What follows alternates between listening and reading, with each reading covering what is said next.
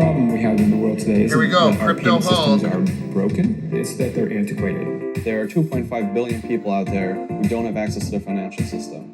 Settlement today requires third parties. There simply is no way for two institutions Ripple, to 2015. reconcile their obligations without having to rely on their Ripple third-party Indonesia. We have a central operator. You can't construct that value exchange system on the fundamentals of the internet. When the web was originally designed, Stefan one Thomas. of the main goals that they had that they didn't achieve Stefan was Thomas. to have a way to transfer value.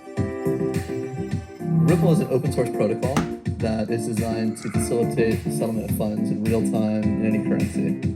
Having a standardized protocol. Stefan allows Thomas financial let institutions Vitalik to instantly Buterin anyone stay on his couch. Basically acts as an internet for value exchange. My name is Chris Larson. I'm the CEO and co-founder of Ripple Labs. Chris Larson, CEO of Ripple. Labs is the technology company 2015. that originally invented the Ripple protocol. The Ripple protocol now is open source. It's really a public good. Ripple Labs doesn't own it. Anybody can use it for free as they see fit, really like an HTTP for money. Our job is really just to continue to introduce Monica new Long. innovations that make the core more stable, more scalable, more secure, and importantly, bridges and connections to that core to make it easier for banks, financial institutions, market makers, developers, eventually anybody with an interest to integrate to that core system.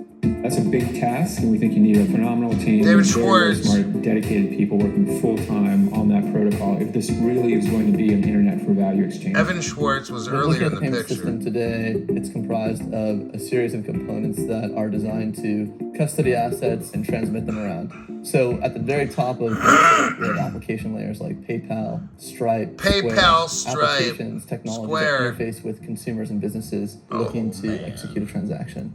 Below that, we have banks, the institutions that custody the assets themselves.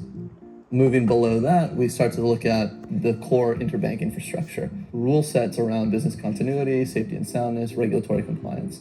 Below that, we have messaging standards, so we can think about Oh, SWIFT look. codes, Look who's ACH there. payment messages, Visa messages. And Swift, finally, below that, we have Visa. settlement infrastructure, which is operated primarily by the central banks domestically and correspondent banks internationally. So where Ripple fits today in the existing payment stack is at the bottom. I'm Patrick Griffin, head of business development for Ripple Labs. Traditional funds transfers today effectively rely on intermediaries to coordinate settlement. So while payments can happen bilaterally, fund settlement has to move through a network of third-party intermediaries. What that creates is a system where payments can be lost and liquidity costs a lot more money. Before joining Ripple Labs, I was working as a Bitcoin volunteer for 3 years. Bitcoin trying to get Bitcoin to volunteer, mainstream. really? And what attracted me to Ripple He helped create was just the Bitcoin. amazing team that they put together. My name is Stefan Thomas, and I'm CTO at Ripple Labs. One big priority for us at Ripple Dan Labs was to Schwartz. build APIs, which then allow financial institutions and developers to work together and build apps that are innovative He and tie volunteered into for the financial Bitcoin, infrastructure. really? There are parallels between the internet of the 80s, where you had CompuServe and Genie and AOL as individual islands that are federated, and then Oh, the value what? web as it exists today, where you have individual payment networks like PayPal, Alipay, and M-Pesa, which also are not Chinese, connected together yet. Chinese. And so we think that the same thing will happen where Alipay, these start to be Chinese. interoperable through some common protocol. Through some All the common progress we've protocol. seen over the last 20 years of the internet, now seeing that bleed into payment systems, transaction systems. So again, it's not that our systems are broken. They work.